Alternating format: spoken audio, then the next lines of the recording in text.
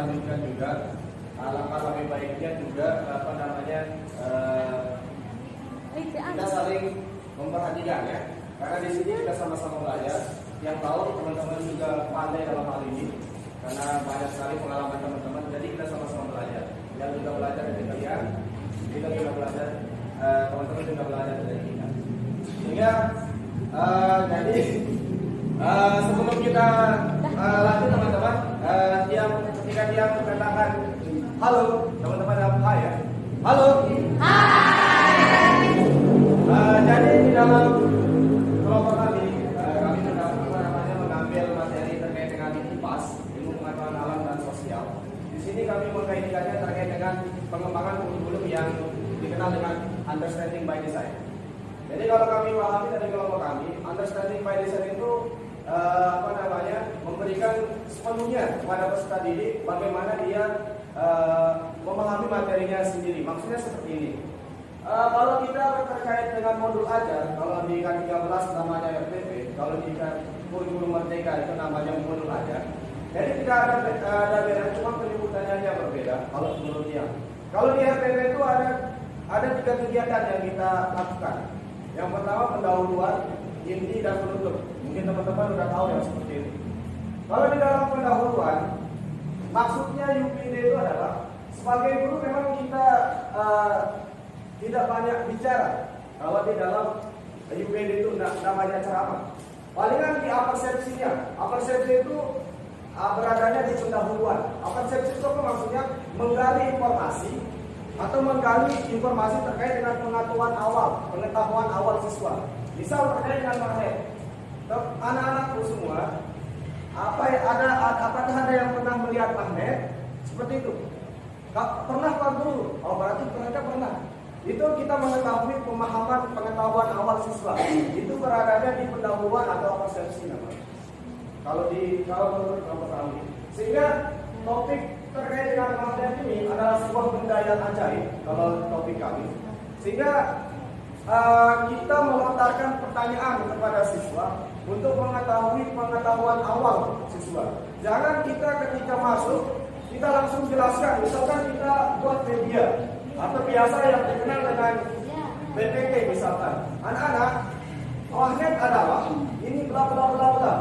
Sifat-sifat magnet adalah bla bla bla. Bukan.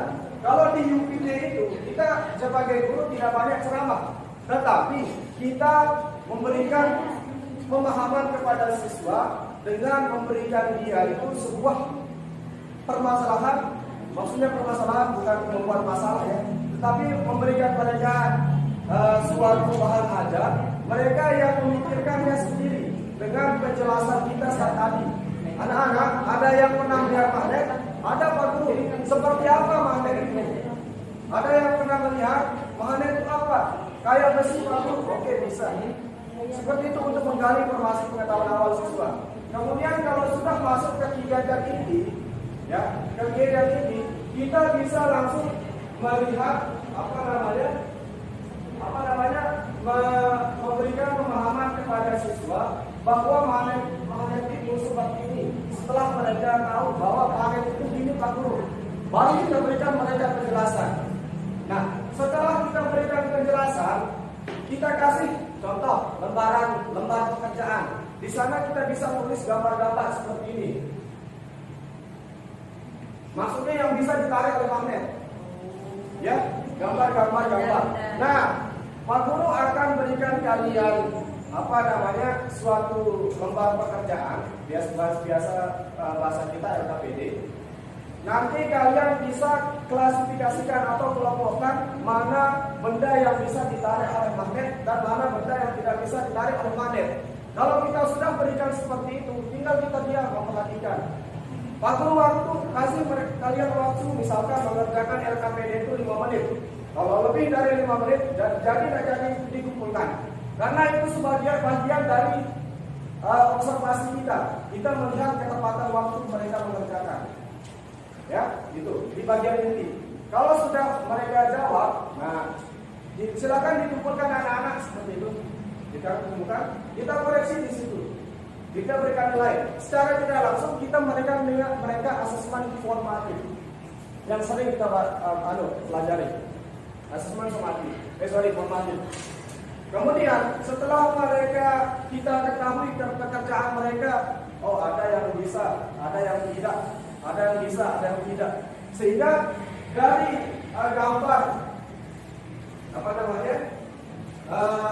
gambar-gambar yang kita bagikan tadi, misalkan gambar yang bisa ditarik magnet dan gambar yang tidak bisa ditarik magnet, kita bisa jelaskan, anak-anak, gambar apa ini? Besi, paku, misal. Terus kemudian gambar apa ini? Bola. Mana yang bisa ditarik magnet kira-kira? Besi, paku. Dari sana kita bisa, kita tidak banyak bicara. Mereka yang menjawab sendiri, memikirkan sendiri jawabannya. Itu maksudnya kalau UBD itu memberikan sepenuhnya kepada siswa untuk bagaimana dia mengolah pemikirannya sendiri. Tapi kita sebagai hanya pemantik saja, fasilitator saja. Itu yang kami pahami dari terkait dengan materi kami terkait dengan UBD itu. Makanya kami mengambil materi terkait dengan pasti. Gitu. Kemudian kalau udah nyampe ke kegiatan ini sudah, kalau mereka sudah paham terkait dengan membedakan magnet benda yang ditarik oleh magnet, barulah kita kesimpulan. Jadi anak-anak, magnet itu adalah bla bla bla bla, sifat magnet itu adalah bla bla bla bla. Magnet benda-benda yang bisa ditarik oleh magnet seperti ini, gitu. Di kesimpulannya. Sehingga kalau siswa sudah bekerja, dia sudah paham dari materinya, mungkin ada yang mungkin belum paham, barulah kita berikan mereka kesimpulan. Bisa dipahami ya? Paham. Ya. Tuh. Kemudian kalau udah kegiatan ini, barulah kita kegiatan penutup santai. Kegiatan penutup biasanya kita berdoa. Biasanya kita menjelaskan materi selanjutnya, apa yang kita pelajari selanjutnya. Biasanya seperti itu. Atau bisa juga ice breaking bisa. Atau doa penutup untuk ice breaking juga bisa. Seperti itu. Sehingga kalau kami penerapannya seperti itulah. Dari kegiatan pendahuluan, inti, dan penutup.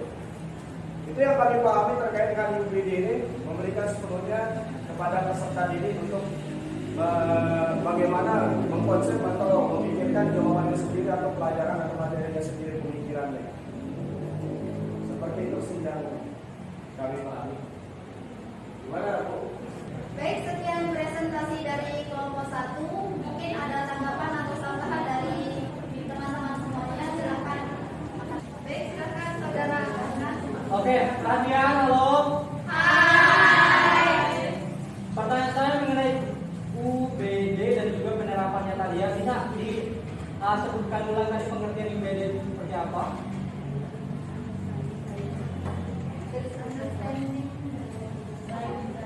Iya, pengertiannya saya minta. Pengertian UBD.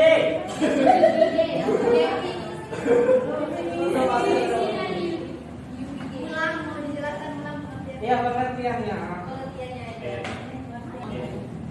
Jadi kalau kami mengamati atau membaca setelah terkait dengan pengertian UBD, kami dapat menyimpulkan bahwasanya UBD atau understanding by design itu memberikan sepenuhnya kepada salah satu pendekatan pembelajaran yang memberikan sepenuhnya pembelajaran itu kepada peserta didik untuk memikirkan, untuk mengkonsep bagaimana pemikirannya.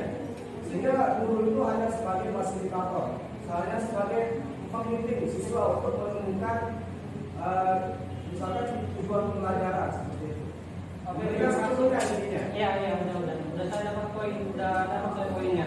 Berarti dari pengertiannya itu sepenuhnya kepada siswa berdasarkan dari pengalaman yang disebut pengalaman yang sudah mereka dapat di luar gitu ya. Seperti itu. Bukan seperti itu.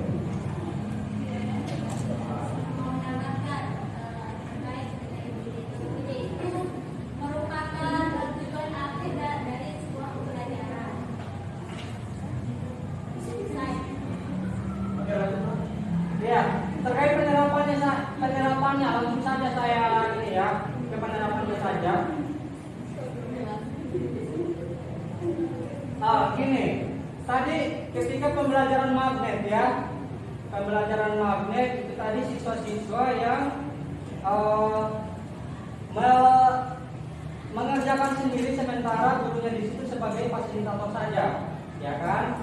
Nah, pertanyaannya, ketika ini siswa tidak paham apa itu magnet, tidak tahu apa itu magnet sebelumnya, ya, tadi kan seperti dijelaskan, apa itu magnet, siapa yang tahu itu magnet, kan begitu tadi pertanyaan awalnya. Nah, ketika siswa ini tidak tahu tentang magnet dan Anda memberikan di situ adalah media gambar, ya, kira-kira siswa yang tidak pernah mengenal magnet itu tahu apa enggak? Enggak kan? Malah semakin meraba-raba dia dengan media yang sudah Anda berikan adalah media gambar. Kenapa Anda tidak membuat saja di situ, menyuruh mereka membawa benda yang unik saja, bukan dalam bentuk gambar, sehingga mereka di situ bisa melakukan eksperimen. Ya kan? Jadi kalau Anda memberikan di situ media gambar saja, ini siswa bakalan semakin tolol. Iya, semakin tidak paham dia di situ, karena yang diberikan hanya dalam bentuk gambar, apalagi itu adalah IPAS. Jadi IPAS itu lebih menitik beratkan kepada eksperimen mereka. Kalau hanya disediakan gambar saja, ya percuma, apalagi kalau siswanya memang tidak paham dengan magnet. Kalau siswa yang sudah paham ya nggak apa-apa, masih bisa meraba-raba sedikit tanpa melakukan eksperimen pun, ya kan? Udah itu aja sih sangkaannya. Sangat. Kita jawab dulu. Nanti tugas ada kita kami. Waktu dia selanjutnya Berapa?